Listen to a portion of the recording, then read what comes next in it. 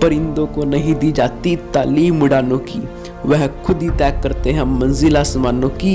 रखता है हौसला जो आसमान को छूने का, उसको नहीं होती परवाह गिर जाने की। Hello guys, I am Mohit Hidana and welcome to my channel I am possible by Mohit Hidana।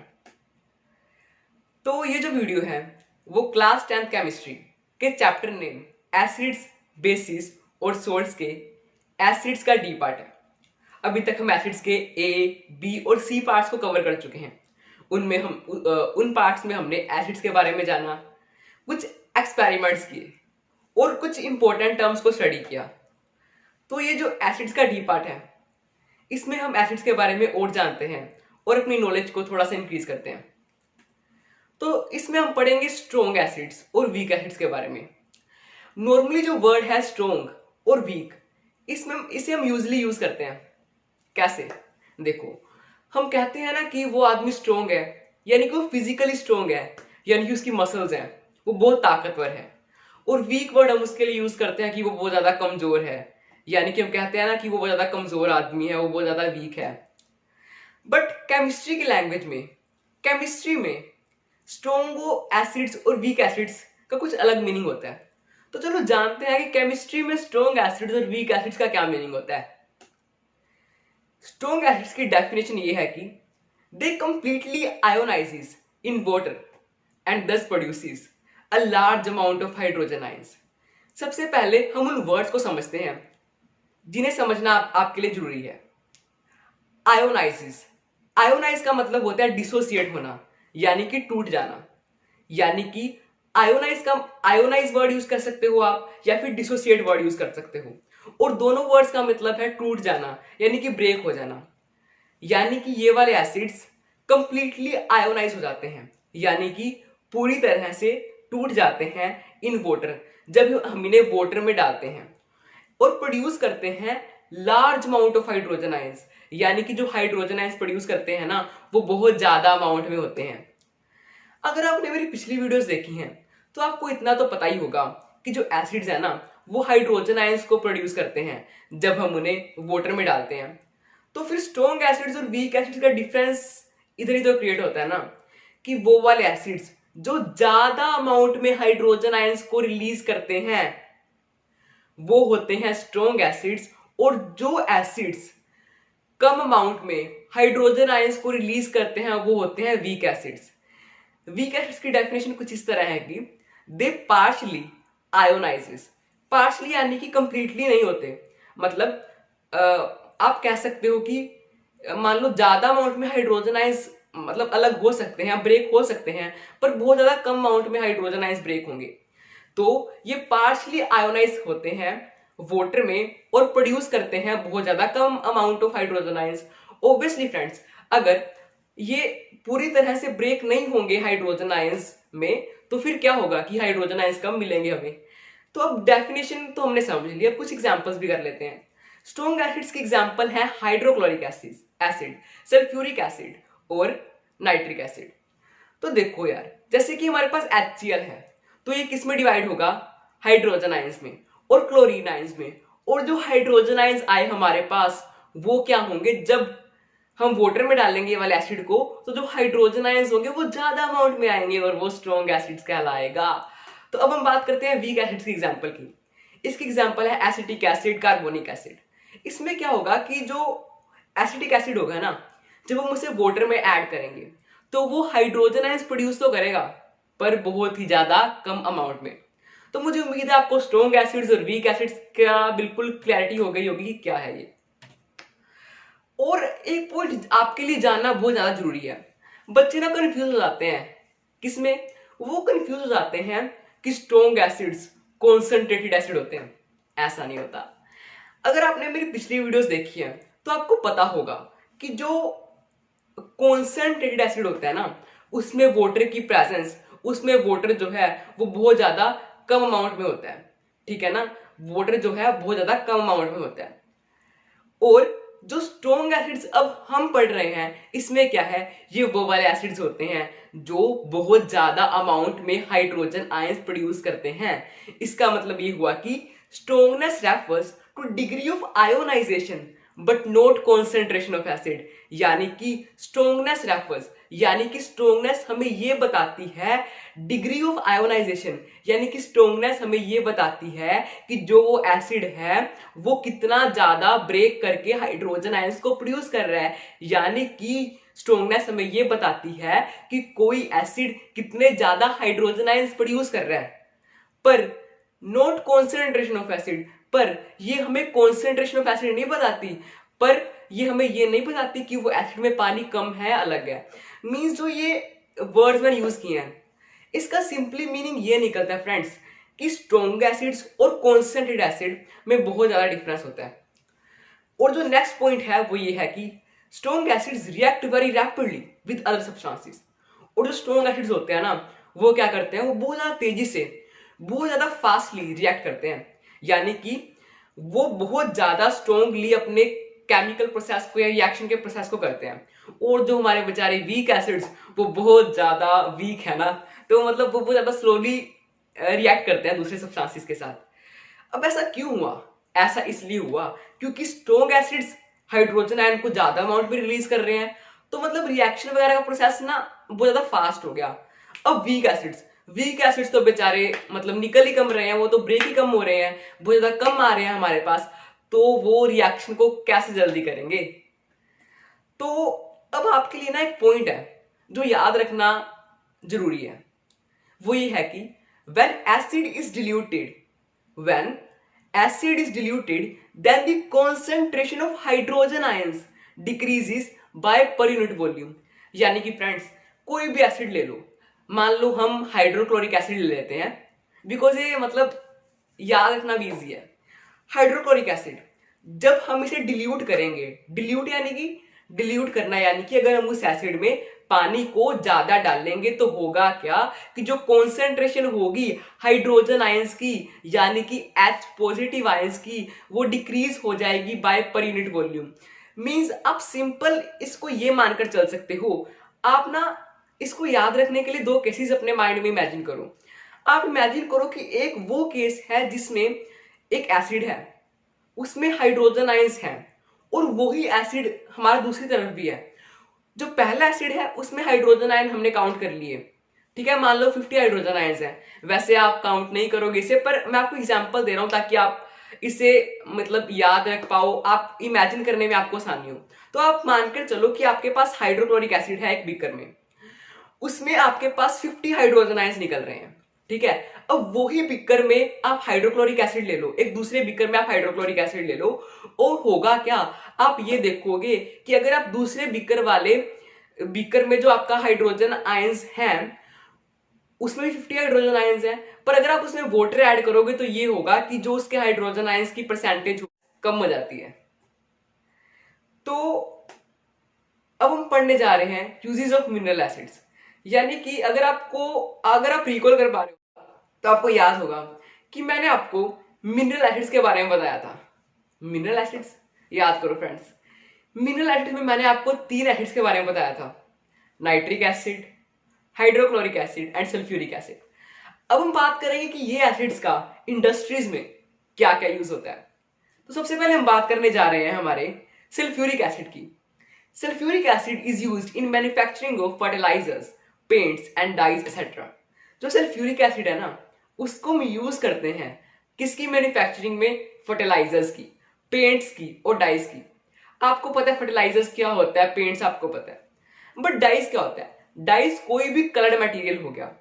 For example कोई भी आप मान सकते हो कि कोई भी सब्सटेंस है उसमें जो उसका कलर है ना, मान लो कोई सब्सटेंस है उसका येलो कलर है।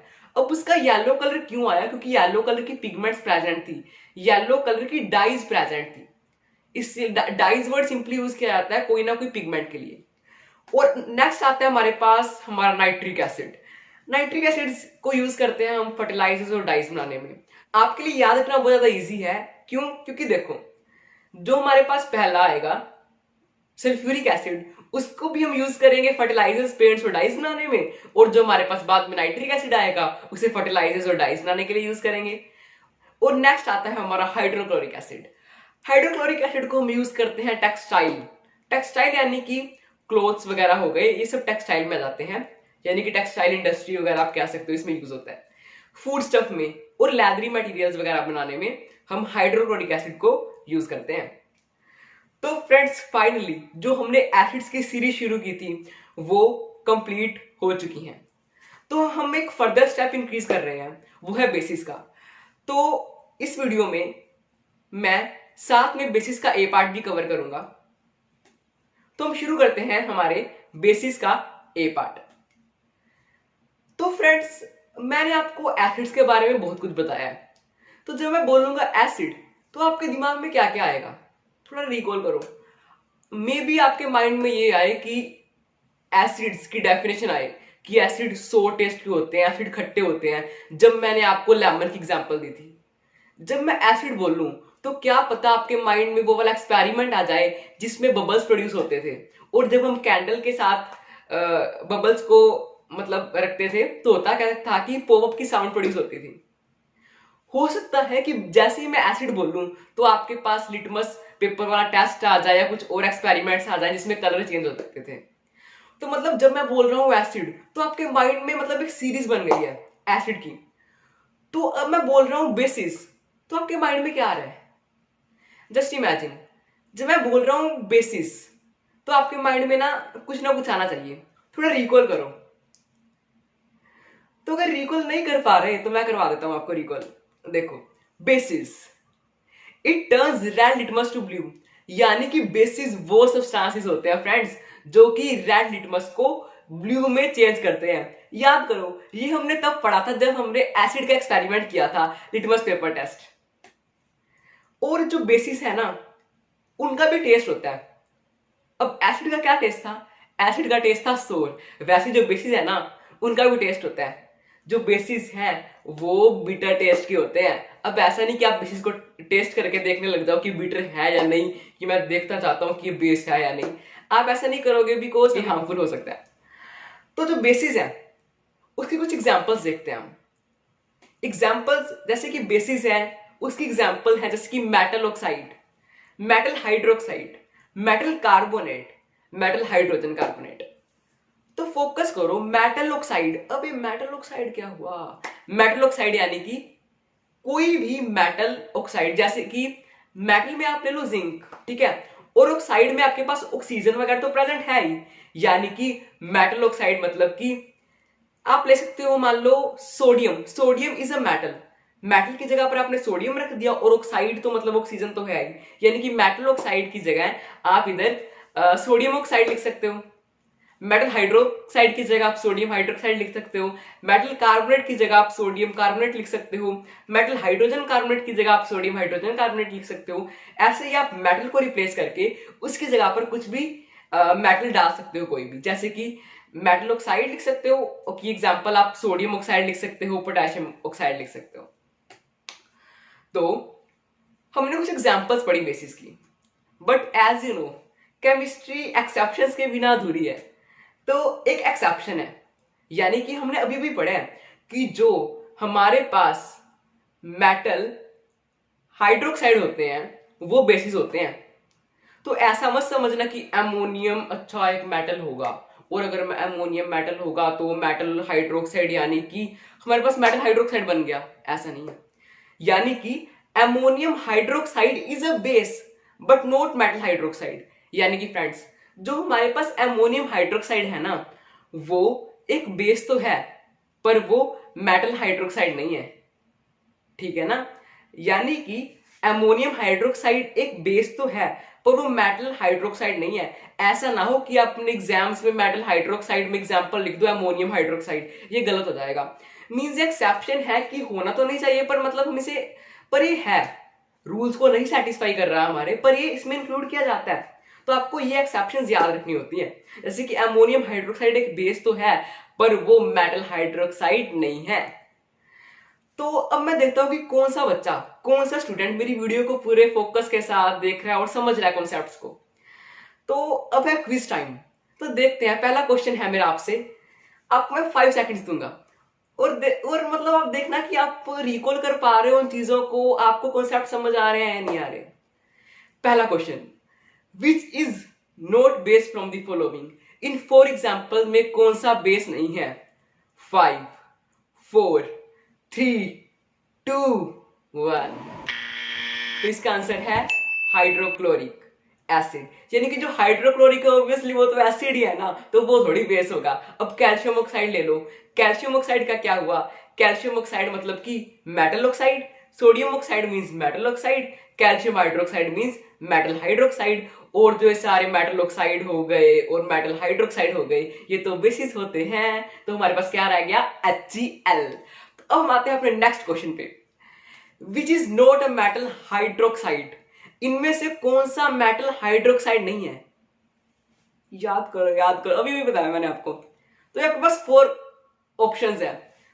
आपका टाइम स्टार्ट होता है अब। 5 4 3 2 1। और इसका आंसर है एमोनियम हाइड्रोक्साइड। अब ऐसा क्यों? याद करो, मैंने अभी भी आपका एक्सेप्शन बताया ना।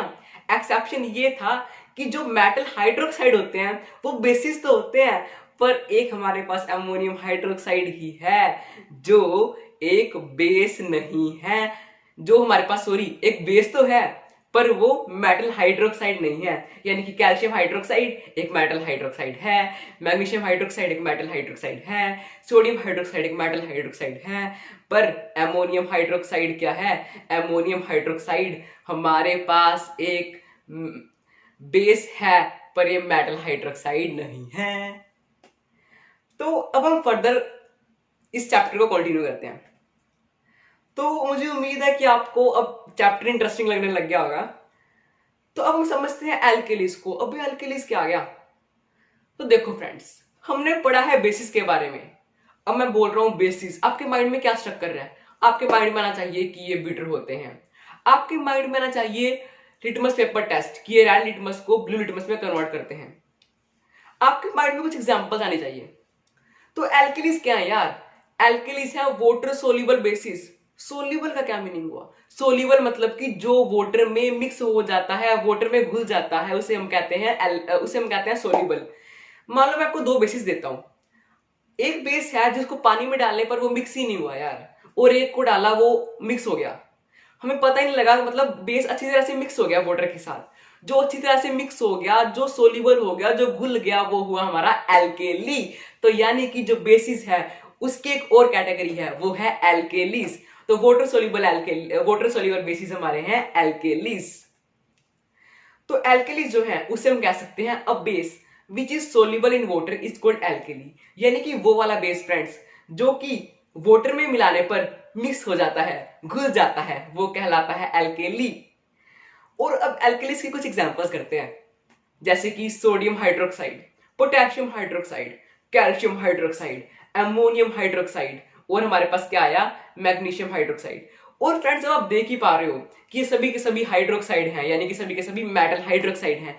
तो मतलब ये बेस तो है ही यार, ये बेस तो है ही, पर बेसिस की एक पर्टिकुलर कैटेगरी, वो वाले बेसिस जो सोल्यूबल है उसकी कैटेगरी में है ये, यानी कि ये क्या कहलाएगा? एल्केलीज। तो फ्रेंड्स अब आप सोचोगे कि हमारे पास बेसिस तो थे ही, अब एल्केलीज बनाने की जरूरत ही क्या थी?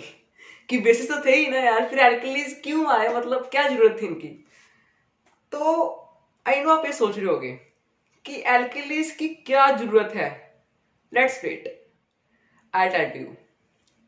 देखो यार, होता क्या एक्चुअली कि जो एल्केलीज को हम इसलिए यूज करते हैं because most of the chemical reactions take place only in the aqua solutions और वाटर सॉल्यूशंस।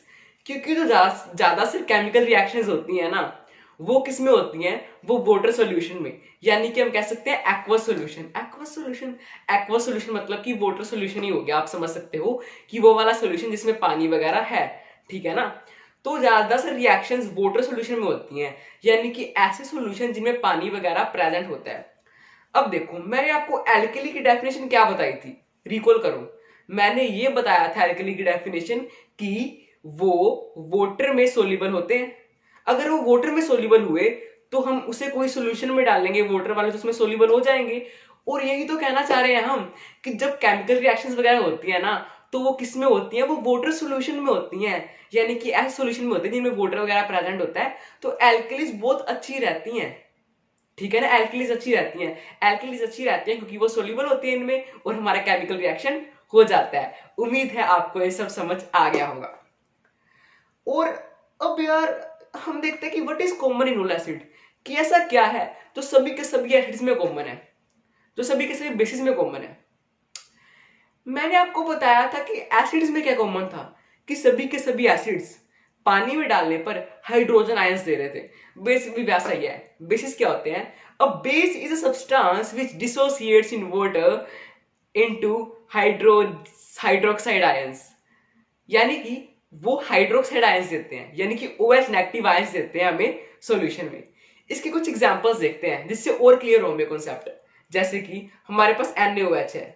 NaOH ये किस में डिवाइड होगा? Na पॉजिटिव और OH नेगेटिव। जैसे पोटेशियम हाइड्रोक्साइड यानी कि KOH है, ये किस में डिवाइड होगा? पोटेशियम प्लस हाइड्रोक्साइड में। मैग्नीशियम हाइड्रोक्साइड है यानी कि MgOH2 है, ये किस में होगा? मैग्नीशियम और हाइड्रोक्साइड में। हमें क्या मिला? सभी के सभी रिएक्शंस में हमें मिला हाइड्रोक्साइड। तो इसका मतलब कि जो बेसिस है उसमें क्या है? हाइड्रोक्साइड सभी के सभी बेसिस में कॉमन होता है। तो आपको समझ आ गया होगा कि कॉमन क्या है सभी के सभी बेसिस में। तो अब हम जानते हैं कुछ पॉइंट टू बी नोटेड। ये पॉइंट ये है कि when base is diluted by adding water then the concentration of hydroxide ions per unit volume decreases। यानी कि फ्रेंड्स जैसे कि बेसिस है उसमें क्या है हमारे पास? उसमें है हाइड्रोक्साइड आयंस यानी कि OH नेगेटिव आयंस। अगर हम उसमें वाटर को ऐड करेंगे ना तो होगा ये कि जो उसमें हाइड्रोक्साइड आयंस है उसकी कॉन्सेंट्रेशन कम हो जाएगी। यानी कि अगर आप एग्जांपल लो कि मान लो उसमें 100 हाइड्रोजन आयंस थे, हाइड्रोक्साइड आयंस थे उसमें 100, हमने वाटर डाला तो वो 80 हो गए, यानी कि वो कम हो गए वाटर डालने से। तो ये पॉइंट आपको याद रखना है। तो अब हम बात करते हैं हमारे स्ट्रॉन्ग बेसिस और वीक बेसिस की। हमने पढ़ा था स्ट्रॉन्ग एसिड्स और वीक एसिड्स के बारे में। वैसे आप इसको रिलेट कर सकते हो स्ट्रॉन्ग एसिड्स के साथ और स्ट्रॉन्ग बेसिस के साथ, और वीक एसिड्स के साथ और वीक बेसिस के साथ। स्ट्रॉन्ग बेसिस क्या होता है? They completely ionises in water and thus produces a large amount of hydroxide ions. यानी कि फ्रेंड्स वैसा ही है कि मतलब इसे वाटर में डालते हैं तो ज्यादा अमाउंट में हमें क्या देता है? Hydrogen ions? नहीं, हाइड्रोक्साइड आयंस। हाइड्रोजन आयन तो हमें देता था एसिड, और जो बेसिस हैं वो हमें कम अमाउंट ऑफ हाइड्रोक्साइड आयंस देते हैं जब हम उन्हें वाटर में ऐड करते हैं। तो वैसे ही हमारे पास वीक बेस है। ये क्या होता है? यानी कि ये पार्शली आयोनाइज होता है, यानी कि पूरी तरह से नहीं टूटते जब हम इसे वाटर में ऐड करते हैं, और फाइनली ये हमें बहुत ज्यादा कम अमाउंट में हाइड्रोक्साइड आयंस देते हैं। इसकी एग्जांपल है अमोनियम हाइड्रोक्साइड, कैल्शियम हाइड्रोक्साइड और मैग्नीशियम हाइड्रोक्साइड। और अब एक क्वेश्चन देखते हैं कि आप इसका आंसर कर पाते हो या नहीं। इस KOH यानी कि potassium hydroxide a strong base? क्या पोटेशियम हाइड्रोक्साइड एक स्ट्रॉन्ग बेस है? मैंने ना आपको बेसिस की एग्जांपल्स दी थी, मतलब उधर लिखा हुआ था बेस की एग्जांपल में कि कौन सा स्ट्रॉन्ग बेस और कौन सा वीक बेस है। तो क्या KOH एक स्ट्रॉन्ग बेस होगा? यस, ये एक स्ट्रॉन्ग बेस है। तो अब कुछ ऐसे क्वेश्चंस हैं, ये वही बच्चे आंसर कर पाएंगे जिन्होंने मेरी ये वाली वीडियोस और पिछली सारी वीडियोस एसिड्स की बहुत कॉन्सेंट्रेशन के साथ देखी हैं और उन्होंने हर एक चीज को समझा है। तो पहला क्वेश्चन ये है कि विच acid is used in textile and food stuff? Textiles और फूड स्टफ में कौन से एसिड को यूज किया जाता है? तो हिंट दे देता हूं आपको कि ये वाला क्वेश्चन का आंसर आपको यही वीडियो से मिलेगा। Next, what is the taste of base? Base का कौन सा टेस्ट होता है? कैसा टेस्ट होता है? Why alkalies are very useful to us? यार बेसिस तो थे ही ना, तो एल्केलीज हमारे लिए क्यों यूजफुल है? Fourth question, is potassium hydroxide is a base and is potassium hydroxide is a base, and if it is a base then which type of base is it is? strong base और weak base? अगर potassium hydroxide एक base है तो आपको बताना है कि कौन सा बेस है, यानी कि स्ट्रॉन्ग बेस है या वीक बेस है। और fifth question, any two differences between basis and acids? इसके लिए आपको मेरी पिछली वीडियोस देखनी पड़ेंगी। तो जो बच्चा इन 5 के 5 क्वेश्चंस के आंसर दे देगा बिल्कुल करेक्ट, और जो सबसे पहले आंसर देगा उनमें से मैं 3 बच्चों को सिलेक्ट करूंगा। तो मुझे भी तो पता लगेगा ना कि कौन से बच्चे हैं जो मेरी वीडियोस को पूरे फोकस के साथ देखते हैं, जो हर वीडियो को पूरा जो मैं बताना चाह रहा हूँ उसे समझते हैं हर चीज़ को। तो जो बच्चा पहले टाइम आंसर देगा वो भी बिल्कुल कम टाइम में वो फर्स्ट, सेकंड और थर्ड निकालेंगे। तो देखते हैं कि कौन से ऐसे बच्चे हैं जो वीडियोस को बहुत ज़्यादा अच्छे तरीके से और कॉन्सेंट्रेशन से देखते हैं। और friends finally thanks for watching, और इस वीडियो को लाइक कर देना और सब्सक्राइब कर देना ताकि अगली वीडियो की नोटिफिकेशन आप तक पहुंच जाए और आप मेरे कमेंट सेक्शन में इन 5 क्वेश्चंस के आंसर कर पाओ। और बेल आइकन को प्रेस करना मत भूलिएगा ताकि नोटिफिकेशन तो आप तक पहुंच ही जाए। और इस वीडियो को शेयर करना है अपने फ्रेंड्स के साथ ताकि उनको भी हेल्प हो जाए ना इस लॉकडाउन के पीरियड में, वो भी पढ़ सके और स्टडी का मजा ले सके। और फाइनली कमेंट करना मत भूलिएगा ये 5 क्वेश्चंस के, अगर आप अपनी फोटो इधर चाहते हो तो। And thanks for watching, thank you friends. और फ्रेंड्स आपको कमेंट सेक्शन में जब आप इन 5 क्वेश्चंस के आंसर करोगे तो आपको यूज करना है #its-possible, जिससे मुझे पता लग जाएगा कि मतलब आपने मेरे क्वेश्चंस के आंसर किए हैं, ताकि जो वैसे वीडियो के कमेंट करेंगे और जो हैशटैग डालकर वीडियो के कमेंट करेंगे मुझे पता लग जाएगा कि जिन्होंने हैशटैग डालकर वीडियो का कमेंट किया है वो मेरे 5 आंसर्स के क्वेश्चन बता रहे हैं। और इस टैग को यूज करना मत भूलिएगा, possible. What you are thinking? Let's go and answer the questions. You can be upcoming topper. क्योंकि इंतज़ार करने वालों को ना सिर्फ उतना ही मिलता है जितना कोशिश करने वाले अक्सर छोड़ जाते हैं। So, do it now.